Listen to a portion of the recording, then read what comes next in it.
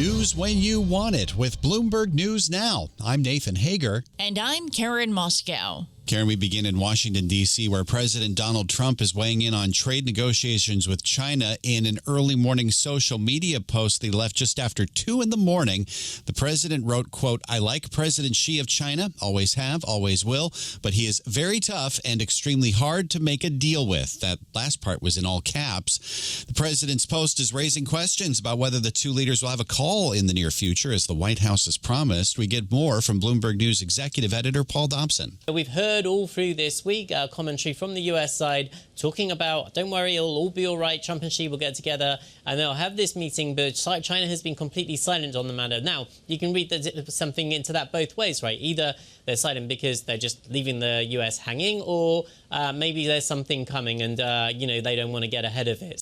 Bloomberg's Paul Dobson says both the U.S. and China have accused each other of violating terms of their trade agreement in Geneva. The U.S. has imposed new limits on chips and jet engine parts, has also discussed revoking Chinese student visas, while the U.S. has accused China of slowing down exports of rare earth minerals.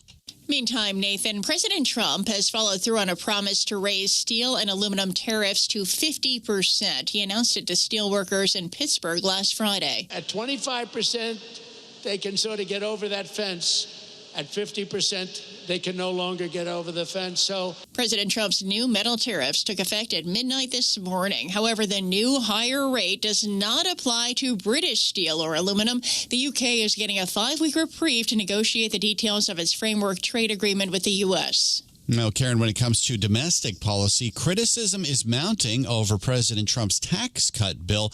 More harsh words are coming from Elon Musk, and we get the very latest on that from Bloomberg's John Tucker. John. And Nathan, in a post on X, Musk says Donald Trump's proposed tax bill more than defeats all the cost savings achieved by the Doge team at great personal cost and risk. Earlier, you'll recall, Musk said this massive, outrageous, pork-filled congressional spending bill is a disgusting abomination, and shame on those who voted for it. House Speaker Mike Johnson felt compelled to respond yesterday.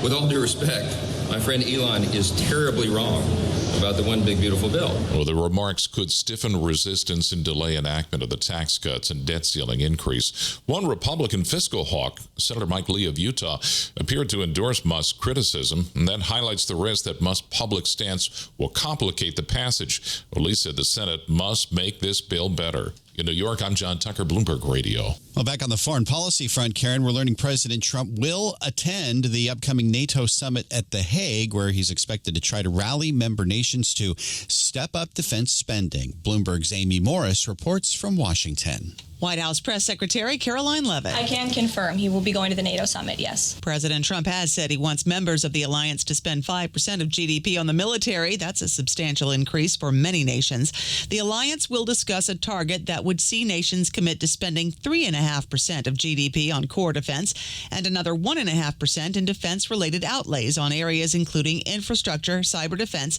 and civilian preparedness. The summit on June 24th and 25th will come shortly after the group of 7 leaders are expected to meet in Canada. The status of the war in Ukraine is likely to be high on the agenda at both meetings. In Washington, Amy Morris, Bloomberg Radio. And that's news when you want it with Bloomberg News Now. I'm Karen Moskow. I'm Nathan Hager, and this is Bloomberg.